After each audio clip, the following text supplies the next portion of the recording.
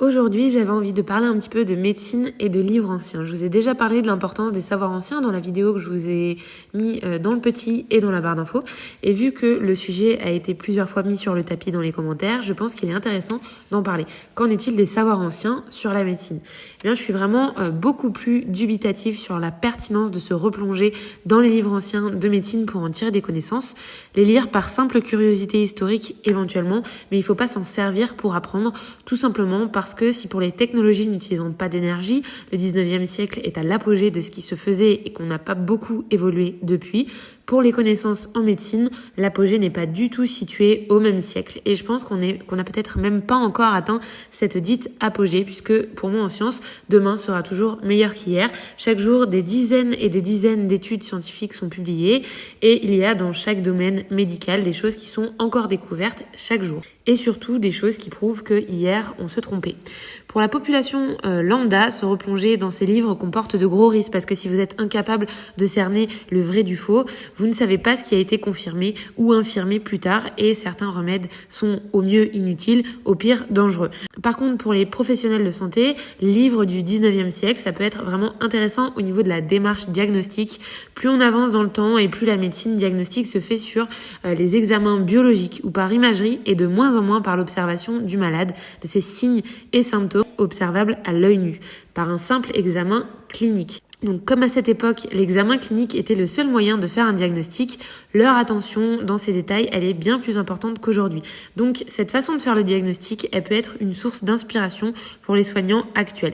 Je me souviens en particulier d'un de mes profs de physiologie qui était assez âgé et il nous disait que les étudiants, ça l'énervait parce qu'ils se lançaient directement dans les examens biologiques et finalement ne donnaient leur diagnostic que par rapport à cela. Alors que s'ils avaient juste regardé le malade, ils auraient pu aussi bien faire le diagnostic et éviter aux patients cet examen complémentaire. Et parfois, en regardant que l'examen complémentaire sans se concentrer sur la physiologie du patient, sur ce qui apparaît visuellement, ça peut faire des erreurs.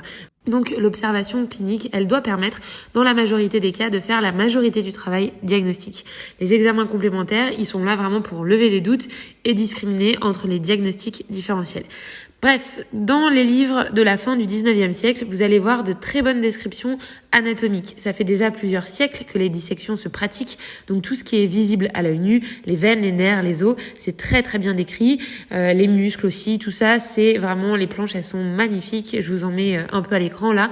Voilà, les planches anatomiques, elles ont vraiment peu de différence avec les planches récentes. Il y a quelques noms qui ont pu changer, mais c'est vraiment peu important. Par exemple, j'ai été surprise de voir que la dentine, elle était appelée l'ivoire, voilà. Et je me suis pas penchée sur toutes les planches anatomiques quand c'était pas ma zone de compétence actuelle, mais j'imagine que ça n'a pas beaucoup changé non plus. En tout cas, d'après mes vagues souvenirs d'anatomie de la PACES, ça semble plutôt identique. Alors, il faut pas oublier que la compréhension des simples bactéries, elle est très récente à l'échelle de l'humanité. Louis Pasteur, c'est le 19e. Ça avait déjà été observé avant, mais ils n'avaient pas vraiment compris que ce qui était observé, c'était des bactéries, quel était leur rôle. Et les virus, c'est pareil, c'est vraiment à la fin du 19e siècle et ils étaient loin d'avoir cerné le concept de virus. Donc forcément, on comprend bien que sans ces données-là, c'est très très difficile de comprendre beaucoup de maladies. Il manquait aussi de techniques poussées pour analyser et donc il leur manquait plein d'indices pour résoudre ces problèmes. Pourtant, au niveau clinique, ils étaient vraiment très très avancés. Par exemple, je lisais un chapitre sur le spina bifida, c'est une anomalie congénitale de fermeture du tube neural et ils avaient plusieurs hypothèses pour expliquer cette maladie. Et dans les 3-4 hypothèses qu'ils ont données, celle que l'auteur estimait la plus juste, il était vraiment pas loin de la vérité. Parce qu'en fait, en disséquant les embryons, ils avaient déjà compris les étapes de formation embryonnaire et en fonction des conséquences cliniques, ils avaient déduit que ce problème, c'était un arrêt de développement à tel moment de la formation du fœtus, parce qu'ils avaient constaté cliniquement que le spina bifida, il concernait jamais la partie antérieure, mais toujours postérieure. Donc ils avaient bien mis en évidence le moment pile où ça coinçait, mais les étiologies réelles, c'était impossible à déterminer pour eux. Par exemple, on sait qu'une des causes du spina bifida, c'est une carence en vitamine B9. C'est pour ça d'ailleurs qu'on complémente les femmes durant leur grossesse en acide folique. Ça, c'est la vitamine B9 en fait. Mais eux, ils pouvaient pas comprendre ça parce que les vitamines, elles ont été découvertes qu'au XXe siècle. Donc si je vous dis tout ça, c'est pas pour vous embrouiller avec des termes médicaux. C'est pour que vous compreniez qu'ils ont beaucoup d'handicap en fait pour comprendre toutes ces choses. Et donc, il y a des lacunes énormes.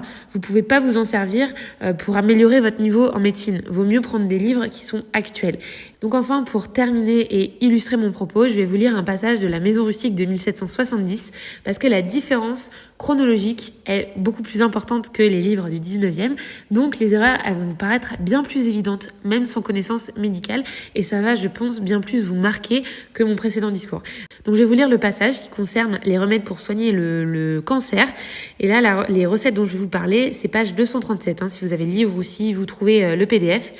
Donc ils disent de prendre une demi-once de cloporte lavée dans du vin et séchée au soleil, une drachme de poudre de vipère, une once d'yeux d'écrevisse, une demi-drachme de sel d'urine et de sel de tartre. Réduisez le tout en poudre très subtile et donnez-en une drachme à chaque fois. Donc drachme, j'imagine que c'est une unité de mesure. Je n'ai pas exactement trouvé à quoi ça correspondait, mais voilà.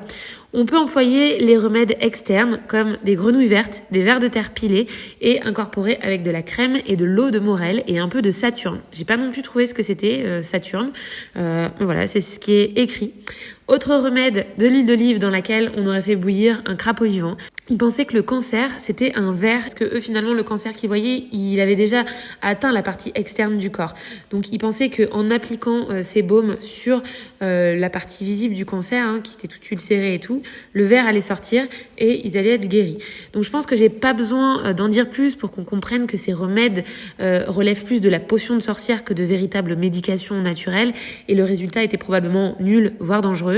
Il y a quelques ingrédients qui ont été utilisés plus tard, mais pour d'autres applications comme le venin de serpent par exemple. C'était pas un serpent réduit en bouillie, c'est vraiment le venin qu'on utilise pour ses propriétés antihypertensives. Donc cette recette-là, elle semble vraiment plus ressembler à une recette aléatoire qu'à un réel remède élaboré et qui a fait ses preuves. Donc vous pouvez pas vous baser sur des trucs comme ça. Donc avant le 19e siècle, les remèdes européens, c'était quand même moyen.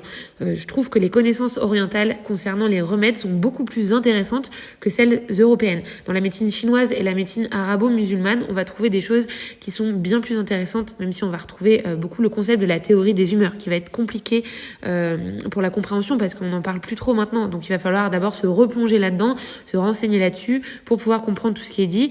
Mais la plupart des remèdes qui sont donnés, c'est des remèdes qui aujourd'hui ont fait leurs preuves et ont de nombreuses études scientifiques à l'heure active qui prouvent leur efficacité, comme le safran, le miel, le curcuma, le gingembre, la graine de nigel et bien d'autres. Donc il semble que les connaissances pharmacologiques, elles étaient supérieures de ce côté-là du monde. Donc dans le livre, par exemple, La médecine prophétique, qui date du XIIIe siècle, les remèdes sont tous très pertinents et ils sont bien plus réalistes que ceux du XVIIIe occidental. Donc je pense que on a vraiment des petites choses à aller chercher de ce côté-là, plus que du côté européen, occidental. Voilà, c'est tout pour cette vidéo. N'hésitez pas à apporter des corrections ou des compléments dans l'espace commentaire. J'y rajouterai dans la barre d'infos s'ils sont pertinents. Bye bye.